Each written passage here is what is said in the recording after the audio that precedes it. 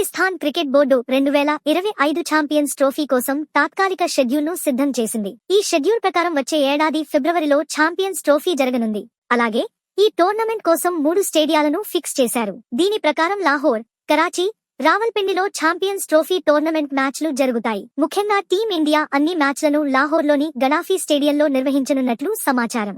అంటే భారత్ మ్యాచ్లను ఒకే స్టేడియంలో నిర్వహించాలని పాకిస్తాన్ క్రికెట్ బోర్డు నిర్ణయించిందని, తద్వారా ఆటగాళ్లకు అన్ని రకాల భద్రత కల్పించేందుకు పీసీబీ కట్టుబడి ఉందని ఐసీసీకి తెలిపింది. పైగా లాహోర్ నగరం భారత సరిహద్దుకు దగ్గరగా ఉంది. ఇది భారతీయ అభిమానుల ప్రయాణాన్ని కూడా సులభతరం చేస్తుంది. దీని ద్వారా టీమిండియా అభిమానులు సులభంగా పాక్ వెళ్లేందుకు వీలుందని పాక్ క్రికెట్ బోర్డు ఈ ప్రతిపాదన తీసుకొచ్చింది. 2006 నుంచి భారత జట్టు పాకిస్తాన్ కు వెళ్లలేదు. అయితే తదుపరి ఛాంపియన్స్ ట్రోఫీ పాకిస్తాన్ లో జరగనుండడంతో ఇప్పుడు భారత జట్టు పాకిస్తాన్ కు తెరలేపుతుందా లేదా అనే ప్రశ్న తలెత్తింది. ఎందుకంటే ఐసీసీ టోర్నీలను తరలించాలంటే నిర్దిష్ట కారణాలు ఉండాలి. టోర్నీని ఇక్కడికి తరలించేందుకు బీసీసీఐ భద్రతా కారణాలను వెల్లడించినప్పటికీ ఇతర క్రికెట్ బోర్డులు కూడా చేతులు కలపాల్సి ఉంటుంది. అయితే ఇటీవల బంగ్లాదేశ్, శ్రీలంక, ఆఫ్ఘనిస్తాన్, ఇంగ్లాండ్, న్యూజిలాండ్ జట్లు పాకిస్తాన్లో క్రికెట్ ఆడాయి.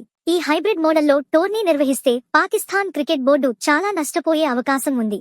ఎందుకంటే ప్రతి మ్యాచ్ కి భారత్ ఇతర జట్లను యూఏఈ లేదా శ్రీలంకకు పంపాల్సి ఉంటుంది. ఈ విషయాన్ని పాకిస్తాన్ క్రికెట్ బోర్డు ఐసీసీ ముందుంచనుంది. కాగా లాహోర్ కేంద్రంగా భారత్ మ్యాచ్లను నిర్వహించేందుకు పాక్ క్రికెట్ బోర్డు ప్లాన్ చేసింది.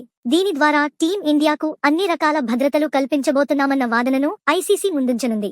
కాబట్టి 2025 ఛాంపియన్స్ ట్రోఫీని మార్చడానికి బీసీసీఐ ఎలాంటి కారణాలు చెబుతుందనేది ఆసక్తిగా ఉంది. ఆసియా కప్ చివరి ఎడిషన్ పాక్లోనే జరిగింది.